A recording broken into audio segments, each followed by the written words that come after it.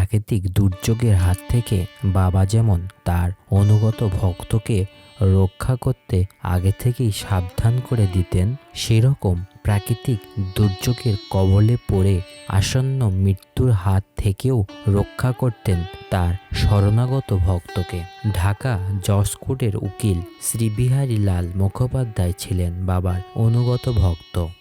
একবার তিনি জলপথে মেঘনা নদীর উপর দিয়ে স্টিমার যোগে আসামে যাচ্ছিলেন। পথিমধ্যে হঠাৎ ভীষণ দুর্যোগ দেখা দেয় এবং কিছুক্ষণের মধ্যেই স্টিমারটি নিমজ্জিত হওয়ার উপক্রম হয়। বিহারীলাল বাবু এবং স্টিমারের অন্যান্য যাত্রী সকল নিশ্চিত মৃত্যু আসন্ন জেনে কিংকর্তব্য বিমূঢ় অবস্থায় মৃত্যুর অপেক্ষা করতে থাকেন। হঠাৎ বিহারীলাল মহাশয় বাবার অভয়বাণী, রণে বনে জলে জঙ্গলে যখনই বিপদে পড়িবে আমায় স্মরণ করবে, আমিই রক্ষা করব, কথাগুলো মনে পড়ে যায়।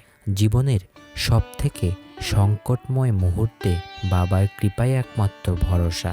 সেই জ্ঞান করে অনন্য স্মরণ হয়ে তিনি বিপদে মধুসূদন লোকনাথে স্মরণ করতে থাকেন।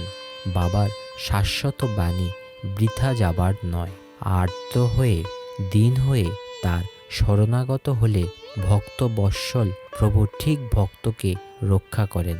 এক্ষেত্রেও অচিরেই এক অত্যাশ্চর্য ঘটনা ঘটে যায়।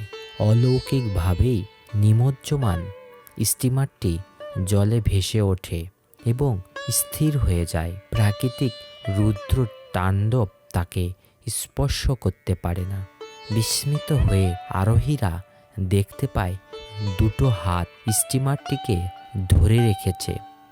এই ঘটনার কিছুক্ষণের মধ্যেই থেমে যায় প্রাকৃতিক প্রলয় তাণ্ডব। অনেকগুলো প্রাণ রক্ষা পায়। বিহারীলাল বাবু বুঝতে পারেন এটা বাবার অলৌকিক লীলা।